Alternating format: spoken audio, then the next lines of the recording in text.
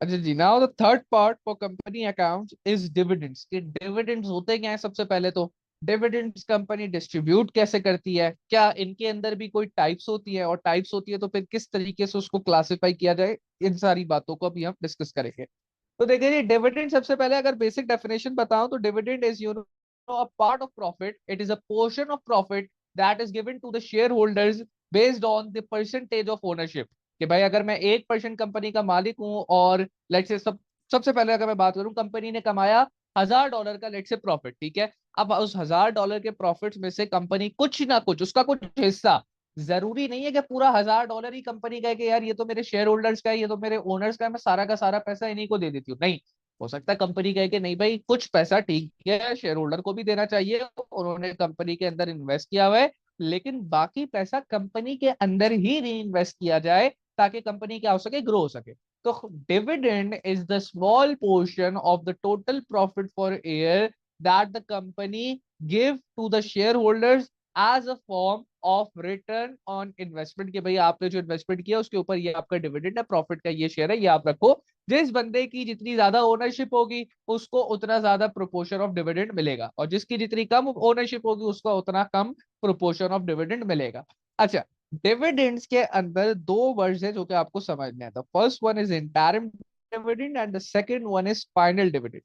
Interim dividend क्या होता है sir? The word interim represents यानी कि बीच ऑफ द टर्म। इंटरिम का मतलब ये होता है कि एक टर्म चल रहा है, यानी कि एक अकाउंटिंग ईयर चल रहा है, क्योंकि इन अकाउंट्स विषय कि हमारा टर्म एक अकाउंटिंग ईयर है, और उस अकाउंटिंग ईयर के बीच में ही अगर कंपनी डिसाइड करती है कि यार हमें कुछ डिविडेंड जो है ना वो अपने शेयर होल्डर को देना चाहिए, बिकॉज हमारी परफॉर्मेंस अच्छी रही है, या हमें पता चल रहा है कि यार हमने 6 महीने में बड़े प्रॉफिट्स कमा लिए हैं, बड़ा अच्छा कारोबार कर लिया है, so why not give some dividends to the shareholder.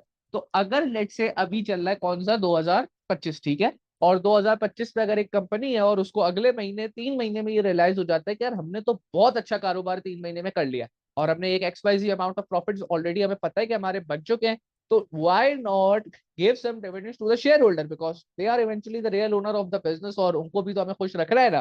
तो अगर कंपनी अपना अकाउंटिंग ईयर एंड होने से पहले पहले डिविडेंड क्या कर दे, किसी अपने शेयर होल्डर को दे दे, ऑफर कर दे, तो फिर वो क्या है, उसको हम कहते हैं इंटरिम डिविडेंड, ठीक है, which is given in between the accounting year. जो अकाउंटिंग ईयर के बीच में डिविडेंड दे दिया जाए, that is your what, that is your interim dividend. अच्छा, फिर अब 2025 31 दिसंबर को लेट्स से मैं कहता हूँ मेरे बिजनेस का अकाउंटिंग ईयर खत्म हुआ, और कंपनी ने अपना फाइनल प्रॉफिट कैलकुलेट किया, यानी इनकम स्टेटमेंट बनाई, SOF बनाई।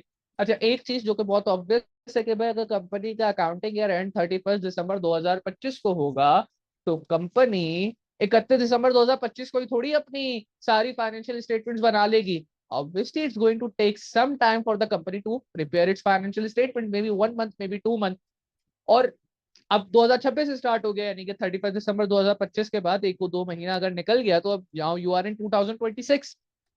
अब अगर आप 2026 के अंदर जब आपके पास फाइनल प्रॉफिट कैलकुलेट हुआ, और अब आप डिसाइड करते हो कि यार based on this final profit हमें हमारे शेयर होल्डर को और भी डिविडेंड देना चाहिए, इंटायरिम यानी कि आप 2025 के बीच में भी उनको कुछ दे चुके हो फॉर द अकाउंटिंग ईयर 2025, और जब वो अकाउंटिंग ईयर खत्म हो गया और now you are in the accounting year 2026, और इसमें आपने डिसाइड किया कि हमें कंपनी को और कुछ डिविडेंड देना चाहिए, so that is referred to as final dividend. लेकिन ये जो फाइनल डिविडेंड है, ये आप कौन सा अकाउंटिंग ईयर में दोगे? ये आप दे रहे हो 2026 में, तो ये कौन सी फाइनेंशियल स्टेटमेंट्स के अंदर रिकॉर्ड होना चाहिए, कौन से सालों की बुक्स में रिकॉर्ड होना चाहिए, 2026 की या 2025 की? ऑब्वियसली 2026 की। तो सर 2025 में क्या हम सिर्फ इंटरिम डिविडेंड रिकॉर्ड करेंगे? नहीं भाई, 2025 में तुमने इंटरिम डिविडेंड यानी कि जो तुमने 2025 के अकाउंटिंग ईयर से रिलेटेड दिया वो तो रिकॉर्ड होगा ही होगा,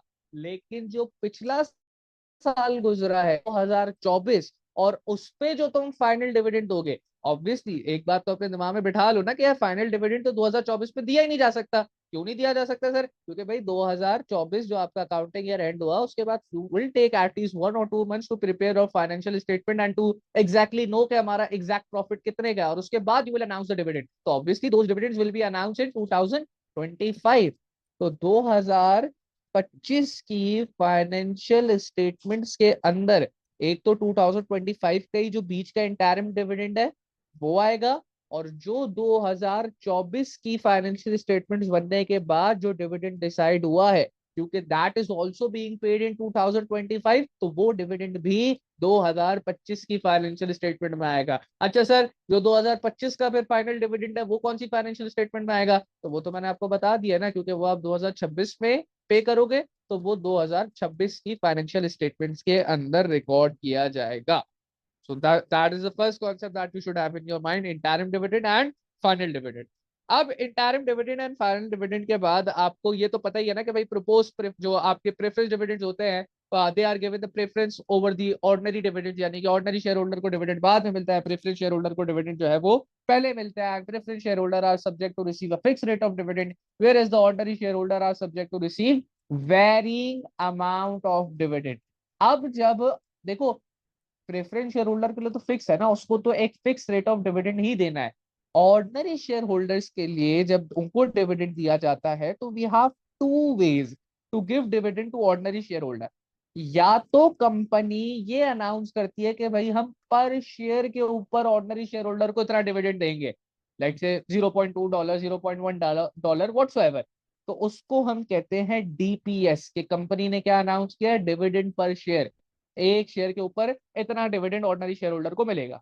and the other method through which a company can also give dividend to the ordinary share holder is to give a rate, कि वो कहते हैं कि भाई मैं 5% का डिविडेंड अनाउंस करती हूँ। What does it mean by 5% का डिविडेंड? कि अगर टोटल ऑर्डिनरी शेयर्स की अमाउंट 1 लाख थी, तो 1 लाख का 5% जो है वो डिविडेंड में distribute to the shareholders कर दिया जाएगा, which is the same method as we use in the calculation of preference dividend. जब आप, क्योंकि प्रेफरेंस डिविडेंड तो लगता ही रेट है, उसका तो होता ही रेट है, उस पर तो कोई डिविडेंड पर शेयर वाली कहानी हो ही नहीं सकती, उसका तो रेट, क्योंकि शेयर के ऊपर ही रेट लिखा हुआ होता है। तो दैट इज वाई अगर आपका ऑर्डिनरी शेयर होल्डर में भी रेट के थ्रू आप जा रहे हो, तो what you have to do now, जो रेट ऑफ डिविडेंड होता है, यहाँ पे लिखी हुई भी है बात, it is applied on the amount of shares. Now ये एक बड़ी इंपॉर्टेंट बात है जो अभी होने वाली है, कि sir amount of share and number of shares के बीच में क्या फर्क होता है? बड़ा फर्क होता है भाई। अमाउंट ऑफ शेयर्स डिटरमाइंड होती है by multiplying the number of shares with the face value. यहाँ पे आपके सामने फॉर्मूला भी लिखा हुआ है, let me just highlight this. Amount of shares is equal to number of shares multiply with by the face value of दो shares. अब आप कहो कि सर लेट से कंपनी का अगर $1 का एक शेयर है और कंपनी ने 10,000 शेयर इशू किए हुए हैं, तो कंपनी के नंबर ऑफ शेयर भी 10,000 है, कंपनी की अमाउंट ऑफ शेयर भी 10,000 है। जी बिल्कुल, आपकी बात सही है। अगर कंपनी की फेस वैल्यू क्या है शेयर की, $1 है, तो उसका अमाउंट ऑफ शेयर और उसका नंबर ऑफ शेयर बिल्कुल सेम रहेगा। लेकिन अगर कंपनी के शेयर की फेस वैल्यू $1 से 0.1 भी ऊपर है या 0.1 भी नीचे है, यानी कि जरा सा भी $1 से डेविएट हुई भी है, तो फिर उसका जो नंबर ऑफ शेयर है और जो अमाउंट ऑफ डॉलर है, वो दोनों डिफरेंट हो जाएंगे। So you have to be very very considerate while you are looking at a company account question, कि भाई शेयर की फेस वैल्यू क्या बताई हुई है। कुछ सवालों में, इनफैक्ट शायद मैं कहूँ कि 50% सवाल में आपको $1 ही दिखेगी, लेकिन बाकी 50% में $1 के अलावा दिखेगी। तो when ever you have seen के भाई जो डिविडेंड है उसका रेट गिवन है, कहा हुआ है कि ऑर्डिनरी शेयर होल्डर को 10% का रेट ऑफ डिविडेंड अनाउंस किया गया है, और लिखा हुआ है कि कंपनी के पास 1 लाख शेयर है, और उस शेयर की फेस वैल्यू, जैसे कि यहाँ एग्जाम्पल में गिवन है, एग्जाम्पल इसे देख लेते हैं। A company has 100,000 ordinary shares of $0.5 each. जब भी ये लिखा हुआ ना ऑफ $0.5 ईच, इसका मतलब होता है कि वो शेयर की फेस वैल्यू की बात कर रहा है, वो शेयर की पार वैल्यू, नॉमिनल वैल्यू की बात कर रहा है। तो नाउ उसके आगे लिखा हुआ है each and it decided to pay a dividend of 10%।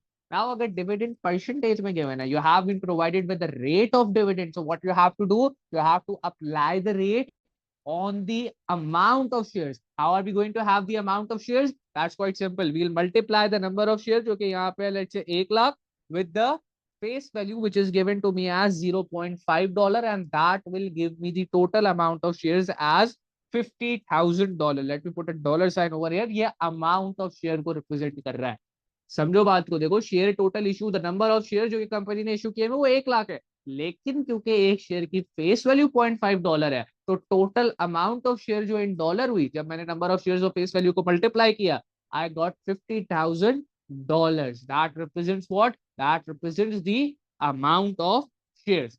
अब इस अमाउंट ऑफ शेयर के ऊपर रेट ऑफ डिविडेंड जो कि हमारे पास 10% का गिवन था, अगर मैं लगा दूं तो 50,000 का 10%, that gives me $5,000, which suggest कि भाई कंपनी ने कितना डिविडेंड इशू किया है, कंपनी ने 5,000 का डिविडेंड इशू किया है। सो 50,000 multiply by 10%, that gives me the total amount of dividend when I am using rate of dividend. अच्छा, अगर स्टेटमेंट दी हुई होती, क्योंकि ये जो है डिविडेंड से रिलेटेड बात होती है ना, that's normally given in your adjustment, so you have to be very considerate कि एडजस्टमेंट पढ़ते हुए जब डिविडेंड की बात है तो आप देखो आपकी जो दोनों जो आपके जो सिक्स सेंस है वो एक्टिवेट हो जाना चाहिए कि भाई डिविडेंड की बात की है तो उसमें क्या डिविडेंड का रेट दिया हुआ है, या उसने डिविडेंड को पर शेयर पे बताया हुआ है कि इतने का डिविडेंड पर शेयर दिया जा रहा है।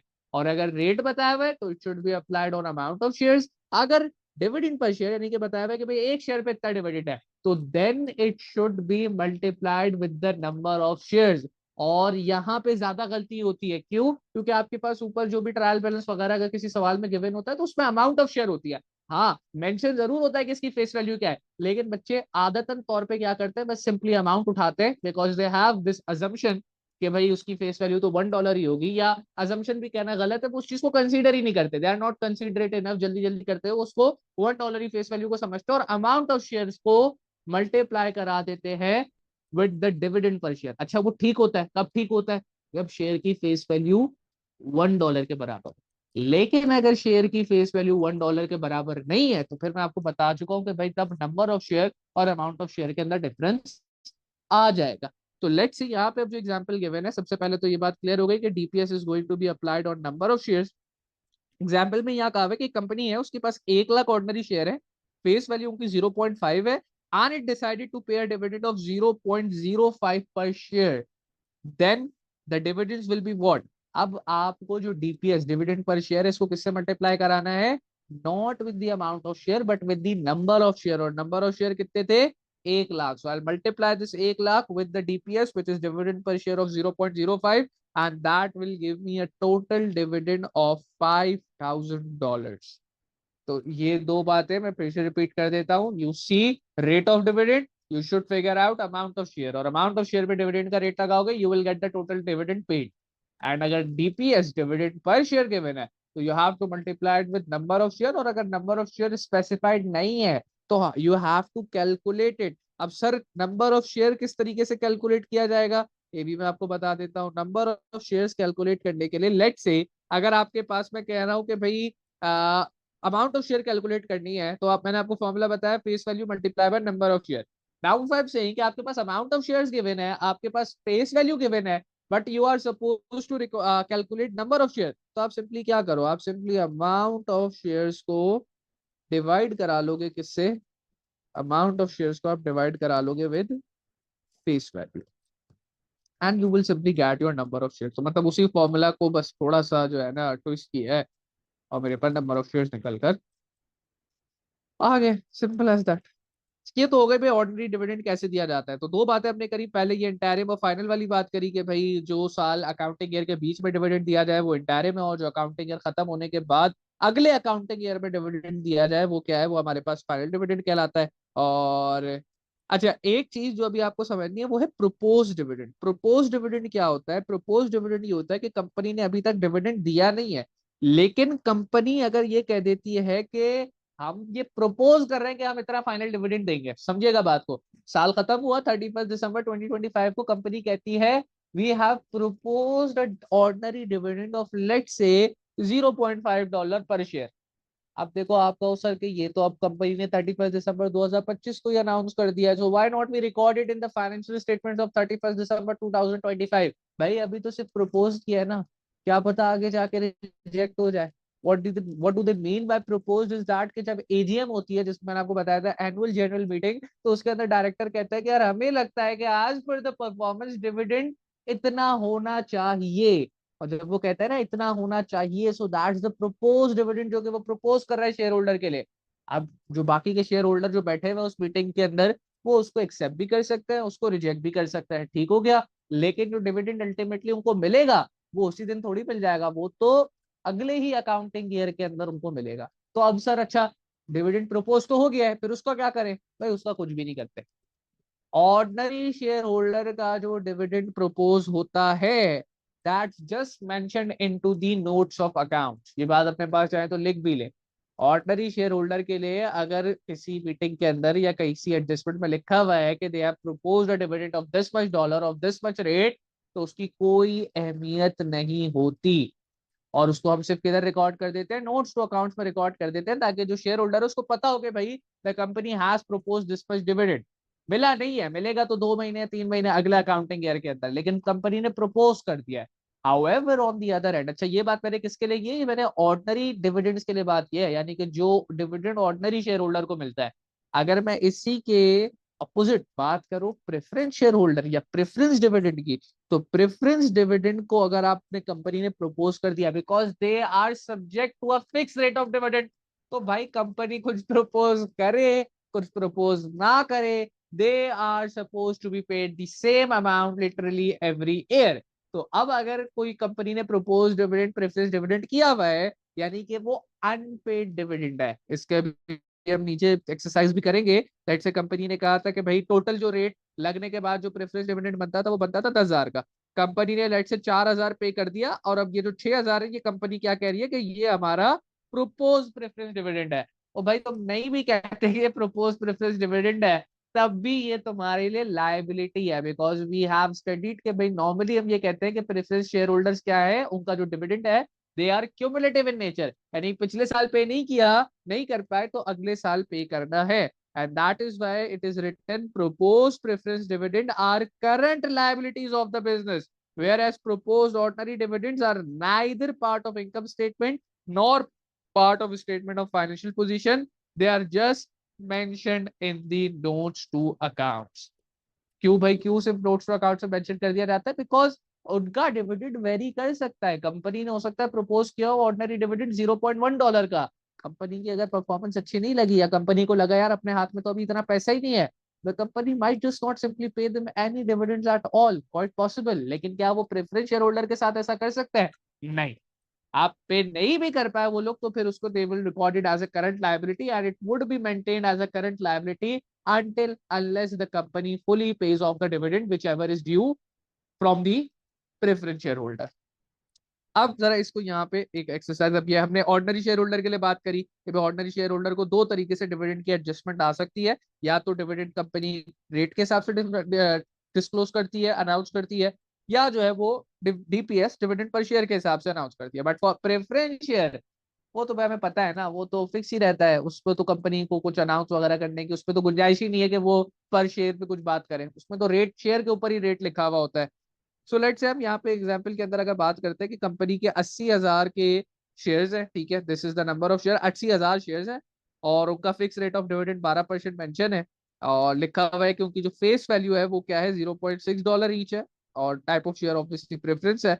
तो इनकी अमाउंट ऑफ शेयर कितनी बन जाएगी? देखो 8,000 बल्कि 80,000 जो है ये नंबर ऑफ शेयर है, और फेस वैल्यू कितनी है? 0.6 है, और क्योंकि प्रेफरेंस डिविडेंड तो अप्लाई ही रेट के हिसाब से होता है, so it cannot be applied on the number of share, it has to be applied on the amount of shares। और अमाउंट ऑफ शेयर कैसे निकलेगी भाई? प्रेफरेंस शेयर का उसने नंबर बताया हुआ 80,000, फेस वैल्यू बताई हुई 0.6, just multiply the two figures 80,000 into 0.6 and you will get 48,000 which represents the amount of preference share।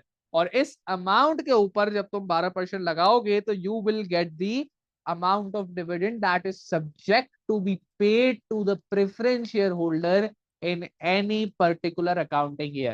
If the business fails to pay back that exact amount, then whatsoever it can pay, it should pay।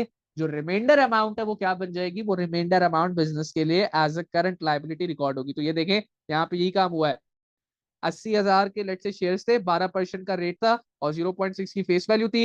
If I multiply the 0.6 which was the face value with the number of shares, I got the total amount of shares as $48,000, mention भी है amount of share, और इस amount of share के ऊपर जो rate of dividend 12% का वो लगाया, तो आई गॉट द डिविडेंड और I should specify preference dividend as to be 5760।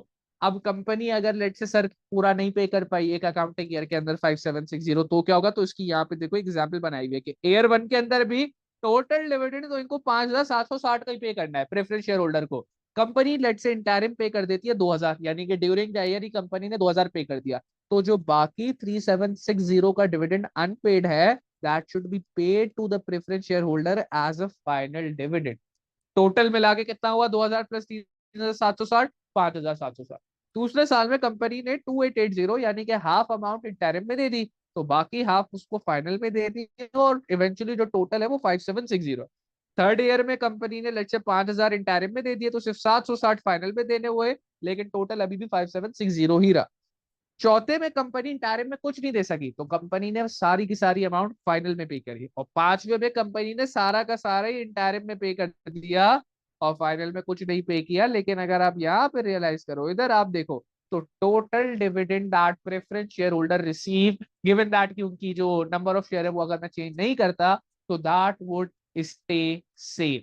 कुछ आप या आपकी मर्जी है कंपनी की कि भाई आप कितना इंटरिम पे कर रहे हो, कितना फाइनल पे कर रहे हो, but at the end of the day you have to pay them the amount that you have committed. और जब तक आप उनको वो अमाउंट पे नहीं करते, that will be included as current liability in the statement of financial position. However on the other side, ये जो सेकंड कॉलम है, that is for the ordinary share holder. अब ऑर्डिनरी शेयर होल्डर के कुछ नुकसान भी है, कुछ फायदे भी है। सर नुकसान इंटरिम क्या है? की फिक्स डेट होती? नहीं, कोई फिक्स डेट नहीं होती बेटा, interim is up to the company. वो ड्यूरिंग द अकाउंटिंग ईयर किसी भी डेट को इशू कर सकती है, किसी भी डेट को अनाउंस करके इशू करते हैं, कोई फिक्स डेट नहीं है। एंड इवन फाइनल की भी कोई फिक्स डेट नहीं है। फाइनल ऑब्वियसली सी बात है, मैंने आपको बताया कि नॉर्मली फाइनेंशियल स्टेटमेंट जब बन जाती है and company have an idea कि हमें हमारा इतना प्रॉफिट है, उसके बाद अनाउंस होता है, लेकिन उसकी भी कोई फिक्स डेट नहीं होती। ठीक है, that's up to the company. Ordinary share holder पे अब बात करें, जो सेकंड कॉलम अगर आप देखो, तो इंटरिम डिविडेंड पहले साल इन बेचारों को मिला 5000 का, फाइनल मिला 10,000 का। अच्छा नहीं, बेचारे नहीं, इस साल तो इनको बड़ा ज्यादा डिविडेंड मिला, इनको तो $15,000 का टोटल डिविडेंड मिल गया। Interim 5000, final 10,000। दूसरे साल इंटरिम 8000, फाइनल 12,000, 20,000 का टोटल डिविडेंड मिल गया। तीसरे साल देखो बेचारों को इंटरिम कुछ नहीं मिला और फाइनल भी कुछ नहीं मिला। चौथे साल देखो तो इंटरिम कुछ नहीं मिला, थोड़ा सा फाइनल मिल गया। और पांचवें साल देखो तो फिर से इंटरिम फाइनल, इंटरिम ज्यादा मिला, फाइनल कम मिला। सो पैटर्न क्या हुआ यहाँ पे कि ऑर्डिनरी शेयर होल्डर को हर साल एक different amount of total dividend receive हो रहा है as compare to preference share holder, जिनको हर साल इंटरिम प्लस फाइनल मिला के एक सेम अमाउंट रिसीव हो रहा था। तब ऑर्डिनरी शेयर होल्डर के पास ऐसा केस नहीं है। तो अगर कंपनी का ज्यादा प्रॉफिट हुआ तो ऑर्डिनरी शेयर होल्डर की मौज है, प्रेफरेंस शेयर होल्डर को कोई लेना देना नहीं है। और अगर प्रॉफिट कम हुआ, तब भी ऑर्डिनरी शेयर होल्डर की ही जो है वो मसले मसाइल हैं, प्रेफरेंस शेयर होल्डर को तब भी कोई लेना देना नहीं है।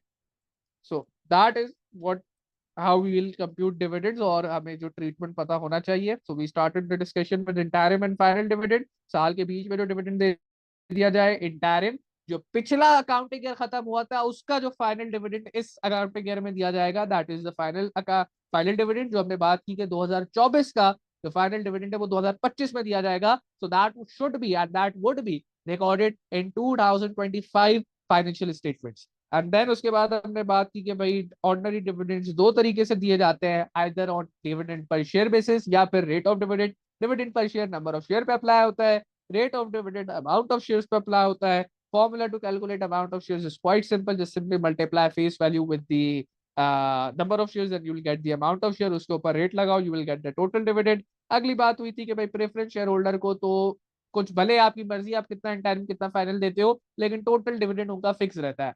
जबकि ऑर्डिनरी शेयर होल्डर के लिए it's not fix, it can vary as much as to become even zero in some years, and for some years वो बहुत ज्यादा अच्छा भी डिविडेंड उनको रिसीव हो सकता है। एंड मैंने एक बात हमने जो की थी ऊपर, वो प्रपोज की थी कि प्रेफरेंस का अगर डिविडेंड, प्रेफरेंस शेयर होल्डर का डिविडेंड कोई प्रपोज हुआ है तो that is a current liability for the business. लेकिन ऑर्डिनरी शेयर होल्डर का अगर डिविडेंड कोई प्रपोज हुआ है, so that would just be mention in the notes to accounts and that would not be included in your financial statements. और ये सवाल अक्सर आता है, इस वजह से मैं इसको इतना एम्फसाइज भी कर रहा हूँ। सो that is it for lecture 3।